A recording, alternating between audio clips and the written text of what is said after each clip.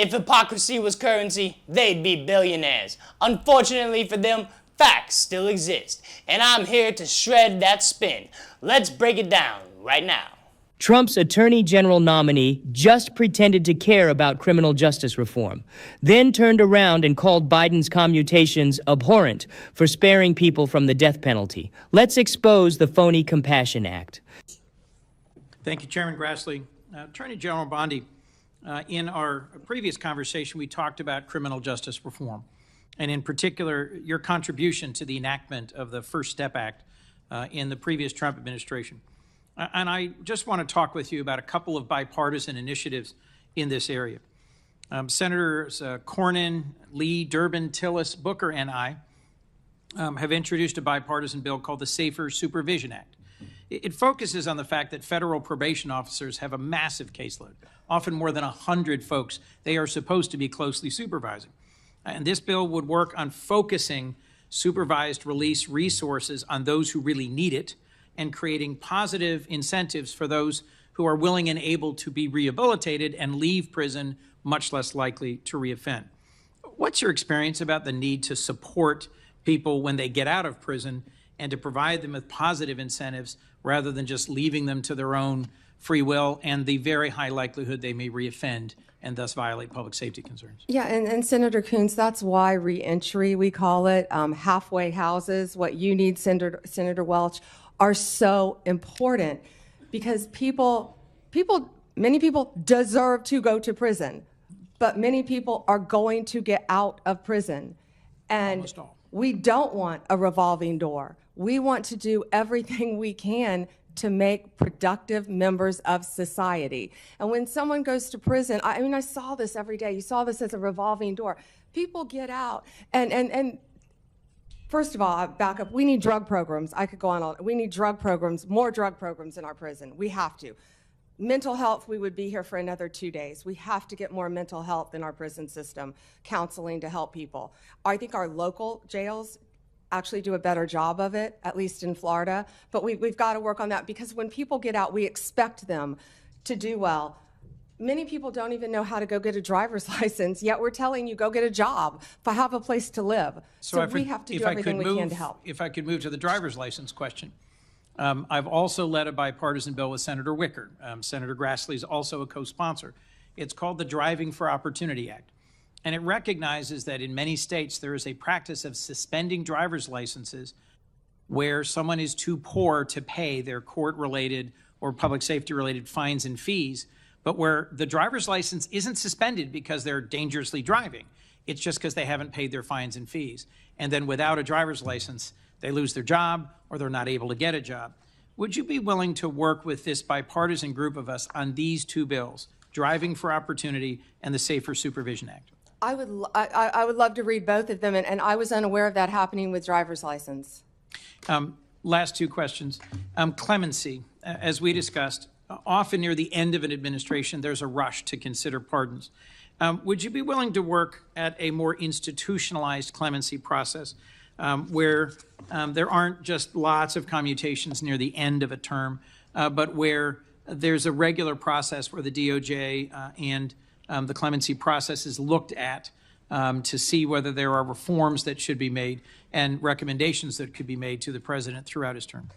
I would love to look at that process. I can tell you that the pardons, the commutations that Joe Biden just made were abhorrent to me, absolutely abhorrent, taking people off death row.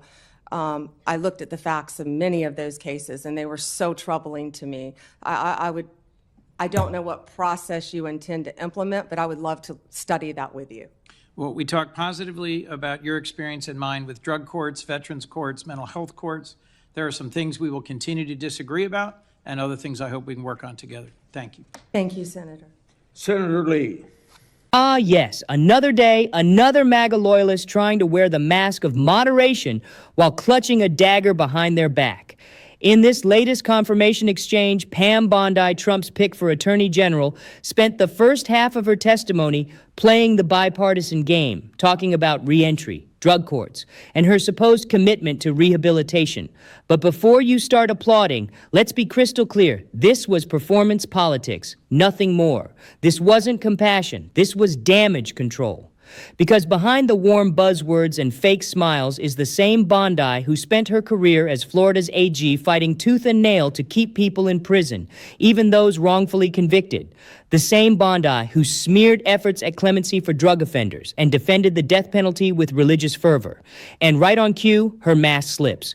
When asked about whether she'd support institutionalizing a clemency process so that decisions about pardons and commutations aren't crammed into the chaotic final months of a presidency, what does Bondi do? She pivots to attack President Biden for not killing enough people. The pardons, the commutations that Joe Biden just made were abhorrent to me. Taking people off death row. Let's stop right there. Because if you're still holding on to the illusion that Pam Bondi gives a damn about justice reform, this is where that illusion dies. Let's unpack the hypocrisy, the cruelty, and the sheer performative deception wrapped in Bondi's rhetoric. First, this is a woman who just minutes earlier claimed she wanted to work on re-entry programs and mental health initiatives. But when the topic turns to mercy, to actual acts of restorative justice, she snarls. Abhorrent, she calls it. Sparing people from execution? Unacceptable. Never mind whether those individuals were young, mentally ill, rehabilitated, or convicted under questionable circumstances. Bondi's response is a flat-out rejection of mercy. That's not justice. That's vengeance in pearls. Second, let's not ignore the sleight of hand here. Bondi uses bipartisanship as a stage, but she's performing for an audience of one. Donald J. Trump. Every dodge, every word, every fake olive branch is about securing her confirmation and staying in the good graces of a man who dreams of turning the Department of Justice into a revenge tour. And when asked if she'd support a structured, non-political clemency process, she says she's willing to look at it, but only after lashing out at Biden for using that very discretion to grant mercy. Translation, no, but I'll pretend to consider it long enough to get this hearing over with. Let's also take a closer look at the irony here. Trump's DOJ, her old stomping ground, rushed through dozens of politically motivated pardons in his final days. Let's not forget Roger Stone, who lied to Congress to protect Trump, Paul Manafort, Trump's campaign chairman who helped launder foreign money, Steve Bannon, who literally defrauded Trump's own supporters. Where was Bondi's moral outrage then? Crickets. But when Biden commutes a death sentence after reviewing facts and due process concerns, suddenly it's abhorrent. This is pure, unfiltered, double-standard authoritarianism. And let's not gloss over the dog whistle phrase she used earlier. People deserve to go to prison. That's not the language of a reformer. That's the language of a carceral hardliner trying to launder their record under the guise of compassion. Because at the end of the day, Bondi is not here to reform the system. She's here to maintain the exact system Trump needs to criminalize dissent, scapegoat immigrants, and weaponize federal prosecution against political enemies. And the idea that she could be put in charge of clemency decisions, the final hope for people crushed by this system, is not just disturbing. It's a threat to life and liberty.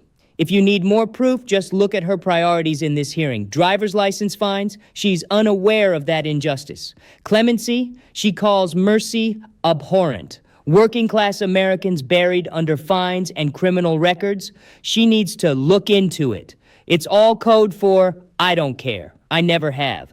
But I'll smile for the cameras and hope you don't notice. Pam Bondi's hearing was a masterclass in fake reform and real authoritarianism. She'll tell you she wants to help rehabilitate people, but opposes clemency for those who already have. She'll claim to care about bipartisan reform, then spit venom at any mercy shown by a Democrat.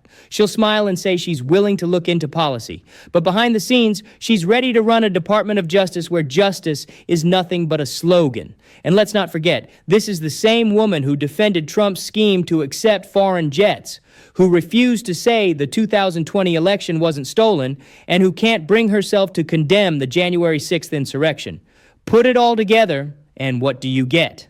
A nominee who doesn't believe in justice, only in punishment. If Pam Bondi becomes Attorney General, expect a DOJ that rewards cronies, crushes reform, and views mercy as weakness.